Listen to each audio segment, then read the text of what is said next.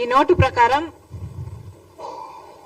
ఆరోగ్యశ్రీ పథకాన్ని ఇక వాళ్ళు నడపలేము అని వాళ్ళ హెల్ప్లెస్నెస్ ఈ నోటు ద్వారా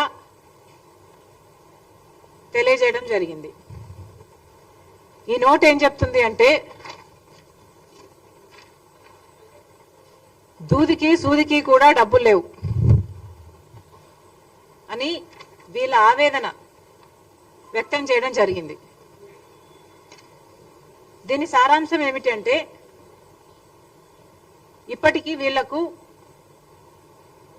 అన్ని ప్రైవేట్ హాస్పిటల్స్ అన్నిటికీ కూడా కలుపుకుంటే ఇప్పటికీ వీళ్లకు చెల్లించాల్సిన బకాయిలు 3,000 కోట్ల రూపాయల దాకా ఉంది అని, ఈ బకాయిలు చెల్లించకపోతే మేము హాస్పిటల్స్ ఎలా నడుపుకోవాలి, మాకు సూదికి దూదికి కూడా డబ్బులు లేవు, ఇన్ని నెలలు పేమెంట్స్ లో వెనక పడితే మేము లోన్స్ తెచ్చుకొని వడ్డీలకు లోన్స్ తెచ్చుకొని ఓవర్ డ్రాఫ్ట్లు తెచ్చుకొని ఇంతవరకు నడుపుకుంటూ వచ్చాము.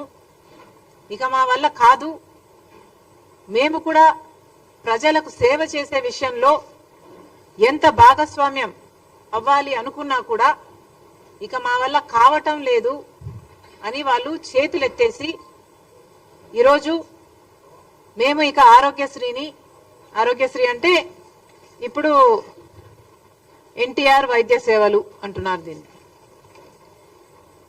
మేము ఇక నడపలేము చేయలేము అని వీళ్ళు అల్టిమేటం ఇవ్వడం జరిగింది. అసలు ఆరోగ్యశ్రీ పథకం రాజశేఖర్ రెడ్డి గారి పథకం, కాంగ్రెస్ పార్టీ పథకం.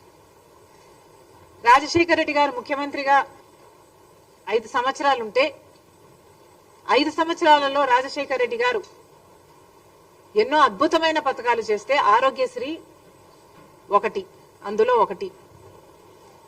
ఈ ఆరోగ్యశ్రీ పథకం ఆయన డాక్టర్ కాబట్టి రోగులకున్న కష్టాలు, ఆ కుటుంబాలకు ఎదురయ్యే అప్పులు బాధలు అన్ని అర్థం చేసుకున్నవాడు కాబట్టి ఆరోగ్యశ్రీ పథకం ఎంత ముఖ్యమో గ్రహించాడు కాబట్టి తన పాదయాత్రలో ప్రజలకు అప్పులు అవుతున్నాయి అంశాలలో అనారోగ్యం ఒకటని గ్రహించాడు కాబట్టి రాజశేఖర్ రెడ్డి గారు ఆరోగ్యశ్రీ పథకాన్ని ప్రవేశపెట్టడం జరిగింది.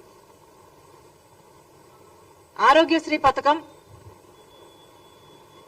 ఒక మన రాష్ట్రంలోనే కాదు ఎన్నో ఇతర రాష్ట్రాలలో కూడా ఇది అద్భుతమైన పథకము అని దీన్ని సర్టిఫై చేస్తూ ఎన్నో పక్క రాష్ట్రాలు కూడా దీన్ని కాపీ చేయడం జరిగింది.